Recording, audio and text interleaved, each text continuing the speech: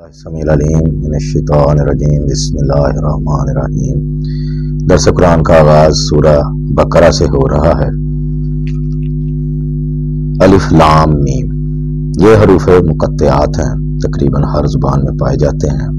ہمارے ہاں یہ معاملہ بنا کہ ہر دور کے علماء نے یہ کہہ دیا کہ یہ ایسے لفاظ ہیں کہ جن کا معنی اللہ اور اس کے رسول کے سوا کوئی نہیں جانتا، مگر اگر اللہ کے رسول صلی اللہ علیہ وسلم جانتے تو ضرور امت کو بتا دیتے، کیونکہ آپ کی تو یہ ذمہ داری تھی۔ بلغ ما انزل الیک من ربک اللہ نے لگائی، اور جو اس طرح جو مستشرقین ہیں یا کفار ہیں ان کو یہ کہنے کا موقع ملتا کہ یہ دیکھیں کیسی کتاب ہے جو اپنے آپ کو کہتی کہ مبین ہے، لیکن اس میں ایسے الفاظ ہیں جن کا مطلب کوئی نہیں۔ تو یہ ہر زبان میں ویسے پائے جاتے ہیں مقطعات۔ تو یہاں پر ہمارے ہاں بھی کچھ علماء نے ان پر لب کشائی کی ہے۔ مولانا امین حسن اصلاحی صاحب نے اپنے تدبر قرآن کے آغاز میں اس پر لکھا ہے، تو کچھ چیزیں میں نے اس سے اخذ کی ہیں، میں ویسے ہی بیان کر دیتا ہوں۔ اور یہ ضروری نہیں ہوتا کہ کسی کا فہم دوسرے کے لیے سند ہو، تو جس کو جو چیز اچھی لگے وہ اس کو اختیار کر لے، وگرنہ اس کو اگنور کر دے۔ تو الف لام میم 3 حرف ہیں۔ الف یعنی یہ الفاظ ہیں کچھ مضامین کے بارے میں جو کہ اس سورہ کے اندر آئے ہیں، جو اللہ نے سورہ نازل کی ہے، جو مضامین اس میں بیان کی ہیں، تو کچھ کی وہ یہ وضاحت کرتے ہیں۔ الف اللہ کے لیے ہے، اللہ کی عظمت، اللہ کی شان، اس کی قدرتیں اس سورہ میں ملیں گی آپ کو۔ لام اللہ سے ملاقات، لقاء اللہ، ٹھیک ہے نا جی، یوم آخرت وہ ملے گا۔ میم سے بہت ساری چیزیں مراد ہو سکتی ہیں، موسیٰ علیہ السلام، ان کا کوئی واقعہ، ان کا ذکر، ان کی قوم کا، اور اسی طرح مومنین اکرام آج کے دور کے، نبی کریم صلی اللہ علیہ وسلم کے دور کے، ان کے واقعات۔ یہ تو یہ 3 الفاظ ان 3 چیزوں پر محمول ہیں۔ تو اس طرح جہاں جہاں بھی جس سورہ میں بھی مقطعات آغاز میں آئے ہیں تو میں نے سورہ کے مضامین کے حساب سے ہی ان کا معنی بیان کر دیا۔ ذالک الکتاب لا ریب فیہ، یہ قرآن ایسی کتاب ہے کہ اس میں کوئی شک نہیں۔ اب اس کے شروع میں ذالکہ اشارہ بعید ہے، یعنی دور کے لیے استعمال ہوتا ہے گرامر میں، لیکن یہ ایسا ہے کہ ان لفظوں میں بھی بیان ہوتا ہے کہ جو مضمون مخاطب کے علم میں ہو۔ تو جیسے ہم اردو میں ان کے لیے، ان کے لیے، اس کے، اس کے، تو یہ چیزیں استعمال کرتے ہیں، تو مضمون جو ہے مخاطب کے جو علم میں ہو تو اس کے بارے میں یہ استعمال ہوتا ہے، اس لیے اس کے بارے میں کوئی وہ معاملہ نہیں ہے کہ ہمارے تراجم میں ویسے یہ اور وہ بھی بریکٹ میں لکھا ہوتا ہے۔ اس کے ساتھ ہی قرآن کریم ایک نہایت بلیغ کتاب ہے بلاغت کے اعتبار سے، جیسا کہ اسی قرآن سورہ بقرہ کی آیت 23 میں ہے، وَإِن كُنتُمْ فِي رَيْبٍ مِّمَّا نَزَّلْنَا عَلَىٰ عَبْدِنَا، اگر تمہیں کوئی شک ہو جو ہم نے نازل کیا اپنے بندے پر، تو یہ اس بات کا یہ جواب ہے کہ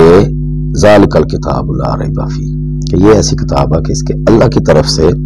ہونے میں کسی قسم کا کوئی شک نہیں ہے، جیسا کہ سورہ سجدہ میں وضاحت سے بیان کر دیا، تنزیل الکتاب لا ریب فیہ من رب العالمین۔ تو یہ شک ہے کہ جو لوگ کہتے تھے کہ نبی کریم صلی اللہ علیہ وسلم نے کچھ لوگوں کے ساتھ مل کے جو ہے نا اس کو خود سے لکھ لیا ہے، تو یہ اللہ تعالیٰ اس کا جواب دے رہے ہیں۔ اس کے بعد ہے جی ھدی للمتقین،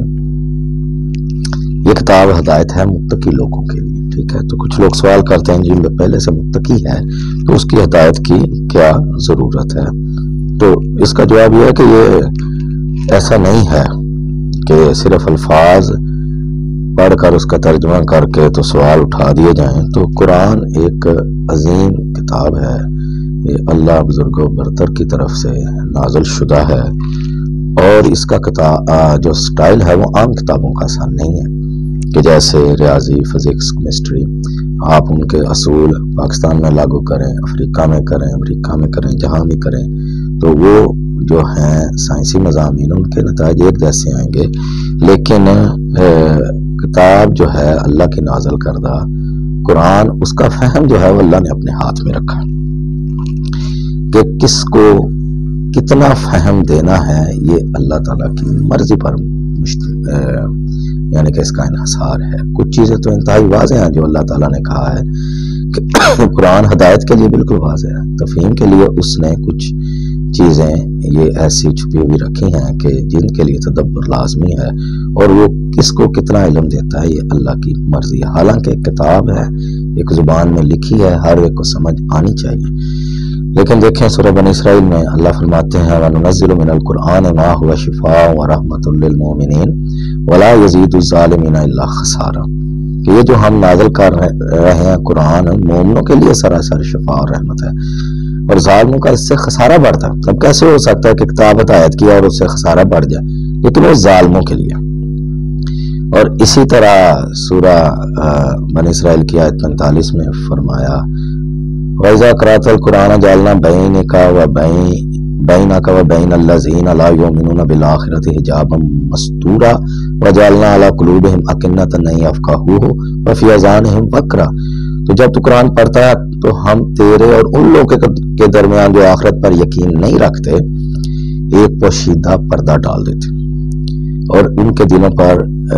ایسے پردے ڈال دیں کہ وہ ان کو سمجھ نہ جائے، ان کے کانوں پر بوجھ ڈال دیتے۔ تو اس لیے اللہ کو کیا ضرورت ہے کہ اللہ نے کتاب نازل کی ہے لوگوں کے ہدایت کے لیے، سمجھانے کے لیے، پھر کیوں اللہ ایسا کر رہے ہیں کہ وہ لوگوں کے ہی کانوں پہ جو ہے ڈانٹ ڈال رہے ہیں، ان کی آنکھوں پہ پردہ ڈال رہے ہیں کہ اس قرآن کو سمجھ نہ سکیں۔ یہ ظالم لوگ ہیں، انہوں نے پیغمبر کو تنگ کیا، ان کے ساتھیوں حواریوں کو تنگ کیا، اور اس قرآن کو اپنے ناجائز مقاصد کے لیے، مفادات کے لیے استعمال کیا، تو اس لیے وہ گمراہی کے راستے میں چلتے چلے گئے۔ تو یہ ہے کہ ھدی للمتقین، یعنی ایسے لوگ جو ہدایت کی زندگی گزارنا چاہتے ہیں، کہ جو پہلے سے ہدایت پر نہیں لیکن وہ چاہتے ہیں کہ وہ ان کو ہدایت مل جائے، تو ایسے لوگوں کو قرآن ہدایت دیتا ہے۔ پھر اللہ فرماتے ہیں الذین یؤمنون بالغیب ویقیمون الصلاۃ ومما رزقناہم ینفقون۔ یؤمنون بالغیب، غیب پر ایمان، غیب سے مراد وہی جو چیزیں حواس خمسہ میں نہ آئیں، یعنی ان میں اللہ کی ذات ہے، فرشتے ہیں، وحی ہے، ٹھیک ہے جی، معجزات ہیں، پھر اس کے بعد قیامت کے بعد جی اٹھنے پر ایمان ہے، تو یہ چیزیں ساری یہ غیب پر معمول ہیں، تو ہم لوگ ان سب پر ایمان رکھتے ہیں کہ یہ واقعی حتمی طور پر موجود ہیں، کیونکہ ان کی جو اطلاع جو ہے اللہ تعالیٰ نے اپنے پیغمبر علیہ السلام حضرات کے ذریعے، وحی کے ذریعے ہم تک پہنچائی۔ یہ ہو گیا غیب۔ اس کے بعد ہے وَيُقِيمُونَ الصَّلَاةَ، کہ وہ صلاۃ کی پابندی کرتے ہیں۔ تو یقیمون الصلاۃ، بعض لوگوں نے کہا جی کہ نہیں یہ نماز پڑھنے کی نہیں، یہ قائم کرنے کی چیز ہے کہ اس کے ساتھ یقیمون لفظ آیا، تو یہ ان کے لیے ہے کہ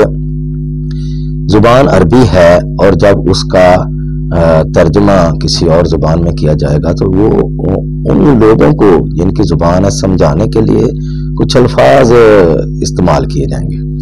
کہ عربی زبان میں صلاۃ کیا ہے، وہ عرب کے لوگوں نے تو بالکل نہیں پوچھا جی یہ کیا ہے ہمیں بتاؤ، کیونکہ ان کو پتا تھا،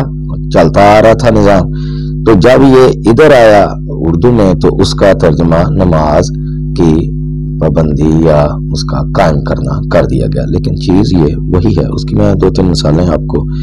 دے دیتا ہوں۔ تو سورہ آل عمران کی آیت نمبر 39 میں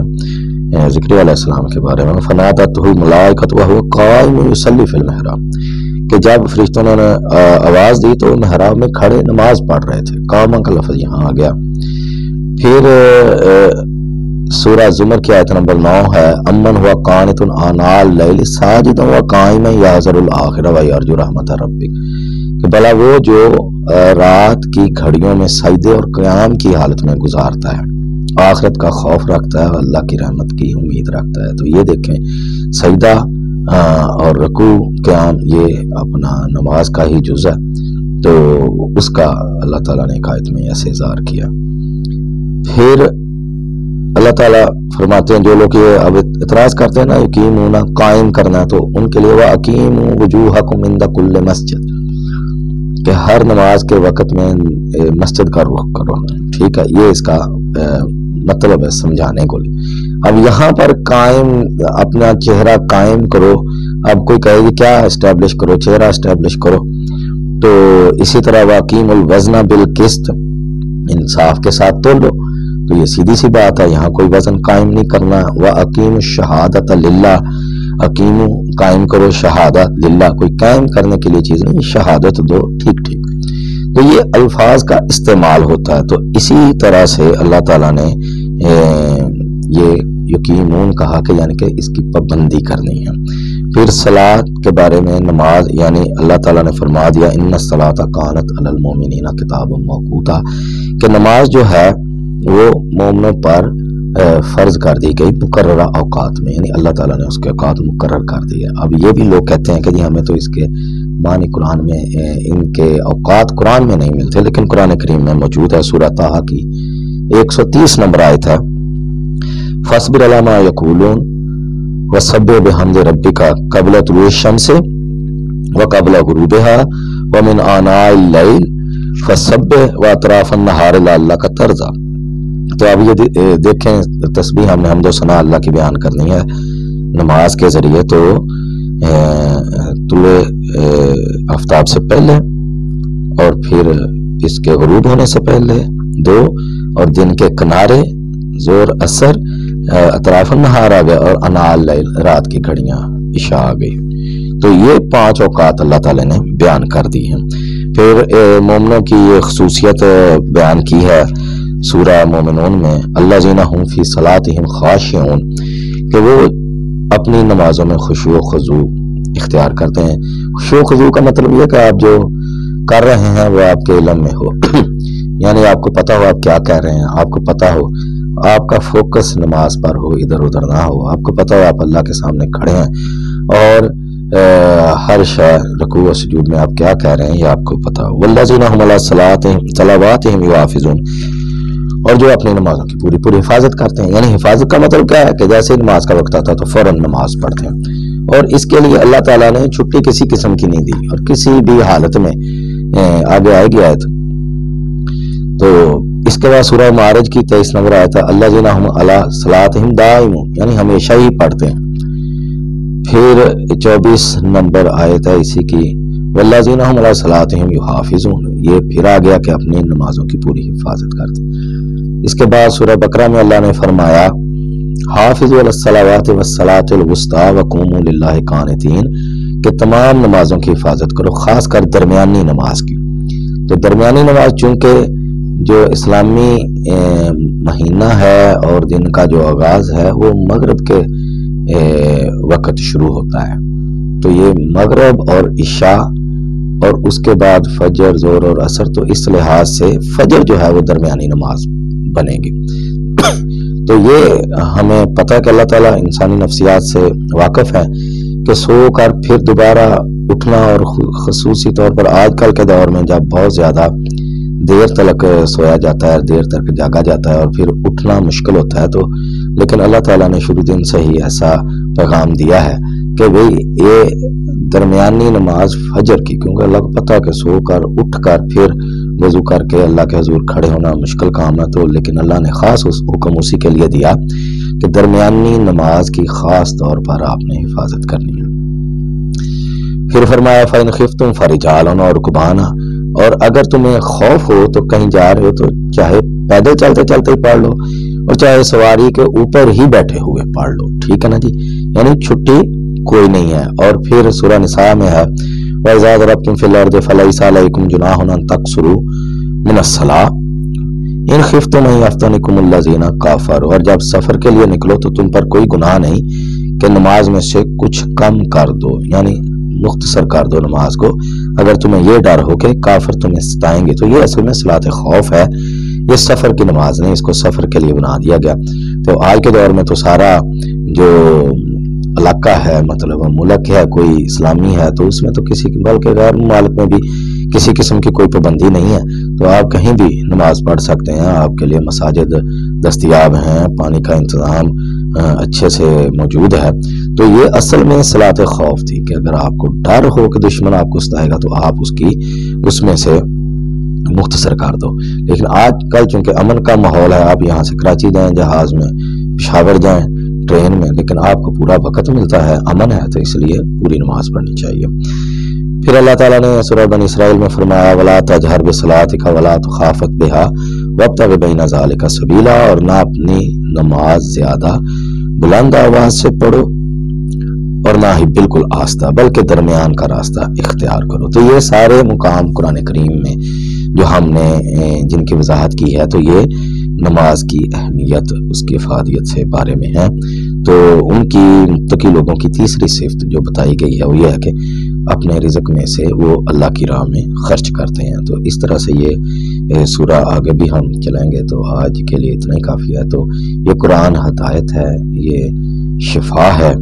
تو یہ اللہ نے فرمایا ہے، تو اس کا سیکھنا، اس پر عمل کرنا دنیا اور آخرت کی کامیابی کا ذریعہ ہے۔ اللہ سے دعا ہے کہ ہمیں قرآن پڑھنے کی، سمجھنے کی اور دوسروں تک پہنچانے کی ہمت توفیق عطا فرمائے۔